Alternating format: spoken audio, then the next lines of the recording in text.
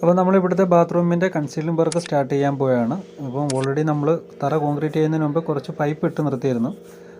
അതിൻ്റെയാണ് ഈ കാണുന്നത്. അതുപോലെ തന്നെ നമ്മൾ ഡൈവേർട്ടറിനും കാര്യങ്ങൾക്ക് നമ്മൾ മാർക്ക് ചെയ്തിട്ടുണ്ട്. അതേപോലെ നമുക്കിവിടെ ഒരു വരുന്നത് ഫുൾ ഫ്രെയിം ആണ് വരുന്നത്. അതായത് വാൾ മൗണ്ട് ക്ലോസറ്റാണ് വരുന്നത്. അതുപോലെ ഒരു ബേസിനും വരുന്നുണ്ട്. അപ്പോൾ നമ്മൾ ഇതുപോലെ വാട്ടർ ലെവൽ പിടിച്ച് നമ്മൾ ഫ്ലോർ ലെവൽ ഫിനിഷിംഗ് ഫ്ലോർ നമ്മൾ മാർക്ക് ചെയ്തിട്ടുണ്ട്. ഫ്രണ്ട് ഡോറിൻ്റെയാണ് വരുന്നത്. കാരണം ഇവിടെ വാട്ടർ ലെവലിന് വ്യത്യാസമുണ്ട്. അതിനുവേണ്ടി നമ്മൾ ഫ്രണ്ട് ഡോറിൽ നിന്ന് വാട്ടർ ലെവൽ പിടിച്ച് മാർക്ക് ചെയ്തിട്ട് അതിൽ നിന്ന് നേരെ ബാത്റൂമിൻ്റെ അകത്ത് ഫിനിഷിംഗ് ഫ്ലോർ ഇതാണ്ട് മാർക്ക് ചെയ്തിട്ടുണ്ട്. കണ്ടോ, ഏറ്റവും ടോപ്പിൽ കാണുന്ന ഫിനിഷിംഗ് ഫ്ലോറാണ്, അതായത് റൂമുകളുടെ എല്ലാം. അതിൽ നിന്ന് നമ്മൾ ഒരു 1-1.25 ഇഞ്ച് നമ്മൾ താത്താണ് ബാത്റൂമിൻ്റെ ഉള്ളു വരുന്നത്. അത് കണക്കാക്കിയിട്ടാണ് നമ്മളിവിടെ മാർക്ക് ചെയ്ത് ഇനി നമ്മൾ സെറ്റാക്കാൻ പോകുന്നത്. അങ്ങനെ അതിനനുസരിച്ചാണ് നമ്മൾ ഫ്രെയിമിനുള്ളത് നമ്മൾ മാർക്ക് ചെയ്തിട്ടേക്കുന്നത്.